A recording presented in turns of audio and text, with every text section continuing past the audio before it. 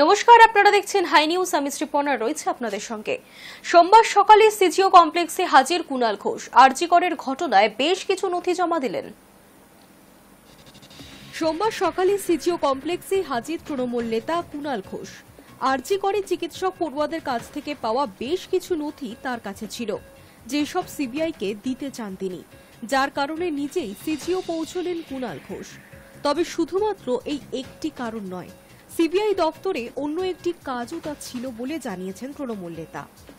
সিজিওতে পৌঁছে কুণাল ঘোষ জানান, অন্য একটি মামলায় আমার এখানে আসা, কিন্তু তার পাশাপাশি আরজি করের কিছু জুনিয়র চিকিৎসক এবং প্রাক্তনী কয়েকদিন আগে আমার সঙ্গে যোগাযোগ করেছিলেন। কিছু বিষয়ে তারা ঊর্ধ্বতন কর্তৃপক্ষের দৃষ্টি আকর্ষণ করতে চেয়েছিলেন। আমি তাদের জিজ্ঞাসা করেছিলাম আমার কাছে কেন। তারা জানিয়েছেন, চাকরি প্রার্থীদের আন্দোলনের সময় আমি তাদের সঙ্গে ছিলাম, তাই এক্ষেত্রেও আমার কাছেই এসেছেন। পাশাপাশি কুণাল ঘোষ আরও জানান, আরজি কর হাসপাতালের উপর আমার দুর্বলতা রয়েছে। আমার বাবা মা উভয়ই এখানকার পড়ুয়া ছিলেন। আমার জন্মও হয়েছে আরজি করে। আমি খুব স্পষ্টভাবে বলছি, আমি বেসিক্যালি এসেছি আমার একদম নিজস্ব দরকারে। কারণ আমার কলকাতার বাইরে গেলে একটা ইন্টিমেশন দিতে হয়, ফলে আমার ইন্টিমেশন লিস্ট নিয়ে আমার এখানে আসা। কিন্তু তার পাশাপাশি আরজি করের কিছু জুনিয়র ডাক্তার প্রাক্তনী তারা কয়েকদিন আগে থেকে কিছু যোগাযোগ করেছিলেন। তারা কিছু বিষয় ঊর্ধ্বতন কর্তৃপক্ষের দৃষ্টি আকর্ষণ করতে চাইছিলেন। আমি তাদের জিজ্ঞাসা করেছিলাম আমার কাছে কেন। তারা বলেছেন, এই কর্মপ্রার্থীদের আন্দোলনের সময় আপনি একটু সময় দিয়েছিলেন, তাদের হয়ে চেষ্টা করেছেন, আমরা তাই আপনার কাছে এসেছি। তো তারা আমায় কিছু বলেন। আরজি কর হাসপাতালের প্রতি আমার একটা দুর্বলতা আছে। আমার বাবা মা দুজনেই সেখানে মেডিকেল স্টুডেন্ট ছিলেন। আমার জন্ম আরজি করে। আমার ঠাকুর দাদার চেম্বার এবং ওষুধের দোকান আরজি করের গায়ে ছিল। অতীতে এক্সপ্যানশনের সময় সেগুলো সব উঠে যায়। আমার একটা দুর্বলতা আছে। এই জুনিয়র ডাক্তাররা কিছু জরুরি বিষয় দৃষ্টি আকর্ষণ করেন। পুরোটা তো আমি বুঝতে পারিনি মেডিকেল বিষয়টা। তো আমি তাদের বলেছিলাম আর একটু ক্লারিফাই করে দিতে। ইন দ্য মিন টাইম এই দুর্ভাগ্যজনক মার্ডারটা ঘটে যায় এবং আমরা সবাই এদের দোষীদের বা দোষীর ফাঁসি চাই, শাস্তি চাই। এরপরে তারা আমার সঙ্গে আবার যোগাযোগ করেন। তারা কিছু বিষয় জানিয়েছেন। আমি তাদের অনুরোধ যে তারা তো এই গোটা ঘটনাটা যুক্ত নন, এই হত্যা এবং এই বিষয়টা, ফলে তাদের তো সিবিআই ডাকবে না। বিষয় আমি কারোর নাম বলছি না। আমার বক্তব্য হচ্ছে যে তারা বলেন যে যেহেতু তাদেরকে তো ডাকবে না, কারণ তারা এই হত্যার ত্রিসীমানায় নেই, কিন্তু এর কিছু প্রেক্ষিত থাকলেও থাকতে পারে। ফলে তারা কিছু যা দিয়েছেন সেগুলো আমি যেহেতু আসছি, আমি অনুরোধ করব তাদের নিতে, তারা নিলে নেবেন, না নিলে না নেবেন। আর এই জুনিয়র ডাক্তারদের বক্তব্য তাদের পক্ষে এসে দেওয়াটা অসুবিধা। কিন্তু যদি এরা মনে করেন এই তথ্যগুলি তাদের কাজে লাগবে, তাহলে তারা ওদের সঙ্গে কন্ট্যাক্ট করলে সেগুলো দেয়া থাকছে। তো তারা কোঅপারেট করতে প্রস্তুত। আমার মনে হয়েছে এতে যথেষ্ট কিছু আছে। এগুলো সত্যি না মিথ্যে সেগুলো আমাদের পক্ষে। আপনিও তো জার্নালিস্ট, আপনার কি মনে হয় এটা খুবই ইম্পর্টেন্ট ডকুমেন্ট এই ক্ষেত্রে? আমি তো এটার সত্যাসত্য কোনো চেক করিনি। তারা যা দিয়েছেন এবং সেই ছেলে মেয়েগুলির যা আবেগ লজিকের, যারা প্রতিবাদী, যারা এই ঘটনার নিন্দা করছেন, যারা এই কোথাও কোনো গাফিলতি থাকলে সেটা চিহ্নিত করছেন, নিশ্চিতভাবে সেগুলো তো। ফলে আমি যদি তারা নিতে চান দিয়ে যাব, না নিতে চাইলে নেবেন না। তবে কি বিষয় এই নথি তা বলতে চাননি কুণাল ঘোষ। সিবিআই যদি মনে করে এই তথ্য তাদের কাজে লাগবে, তবে তারা সেই জুনিয়র চিকিৎসকদের সঙ্গে যোগাযোগ করতে পারে। উল্লেখ্য, গত 9 আগস্ট আরজি করে এক মহিলা চিকিৎসককে ধর্ষণ ও খুনের ঘটনায় প্রথম থেকেই প্রতিবাদ জানিয়ে দোষীদের শাস্তি চেয়েছেন কুণাল ঘোষ। সঙ্গে দলের কিছু ভুল সংশোধন প্রয়োজন বলেও জানিয়েছিলেন তিনি। বর্তমানে কলকাতা হাইকোর্টের নির্দেশে আরজি কর কাণ্ডের তদন্ত করছে সিবিআই। ঘটনায় হাসপাতালের প্রাক্তন অধ্যক্ষ সন্দীপ ঘোষকে অনবরত জিজ্ঞাসাবাদ চলছে। তারই মাঝে সিবিআই দপ্তরে গেলেন Kunal Ghosh. High news network. বৃষ্টি ভেজা রাজপথে চলল প্রতিবাদ। স্লোগান ছিল একটাই, দোষী নিপাত যাক। লাল হলুদ আর সবুজ মেরুনে ছেয়ে ছিল রাজপথ। পুলিশ প্রশাসন দেখালো তার নিজের যোগ্য পথ।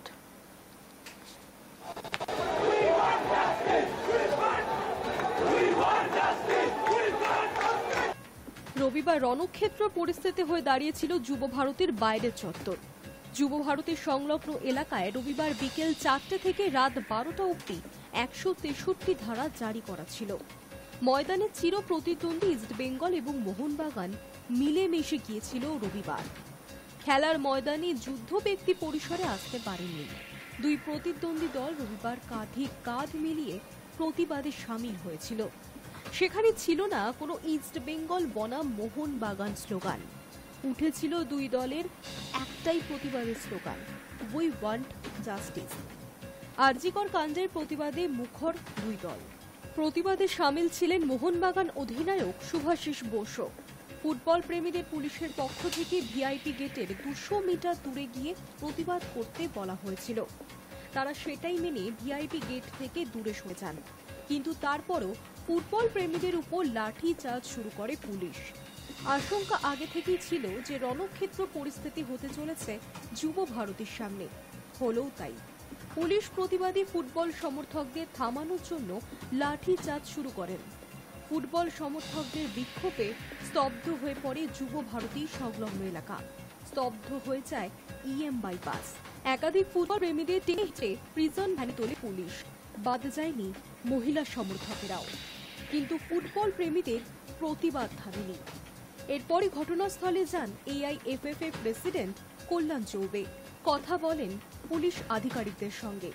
তারপর তিনি জানান, যাদের আটক করা হয়েছিল ছেড়ে দেওয়া হয়েছে। High news network. নির্যাতিতার বাবাকে মিছিলে হাঁটতে হবে না, তিনি শুধু নবান্ন অভিযানের ডাক দিন, বাকিটা আমরা দেখে নেব। আরজিকরের ঘটনায় মন্তব্য শুভেন্দুর। পাশাপাশি রাতের বেলা মহিলাদের জন্য নিরাপদ নয়, এই লজ্জা রাখার কোনো জায়গা আছে, জানিয়েছেন শুভেন্দু। আমি তো করবো ওনার বাবাকে জাতীয় পতাকা নিয়ে নবান্ন যাওয়ার কলটা দিন না। ওনার বাবাকে আসতে হবে না, বয়স্ক মানুষ, শোকাতুর হৃদয় নিয়ে আছেন। আমরা বাকিটা যা করার করে দেবো জাতীয় পতাকা নিয়ে, ন্যাশনাল ফ্ল্যাগ নিয়ে উনি কলটা দিন।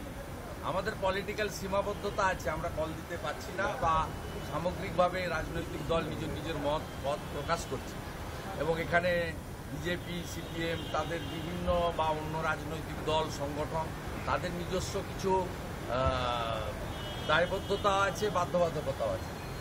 ওনার বাবা একটা কল দিক যে মুখ্যমন্ত্রী যদি 25 তারিখের মধ্যে বা 24 তারিখের মধ্যে পদত্যাগ না করেন, তাহলে আপনারা নবান্ন চলুন জাতীয় পতাকা হাতে, বাকিটা আমরা করে দেবো। আর কাউকে রাজ্য সরকার অ্যাডভাইসারি দিয়ে ডাইরেকশন দিয়ে বলছেন রাত্রিটা মহিলাদের জন্য নিরাপদ নয়। এই লজ্জা রাখার কোনো জায়গা আছে? এখানে সংসদে, বিধানসভায় মহিলাদের আসন সংরক্ষণ বিল পাস হচ্ছে, নারী সশক্তিকরণের কথা বলা হচ্ছে। কেন্দ্র রাজ্য সরকারগুলি মহিলাদের কেন্দ্রিক জনকল্যাণমূলক কর্মসূচি ঘোষণা করছে, কার্যকর করছে।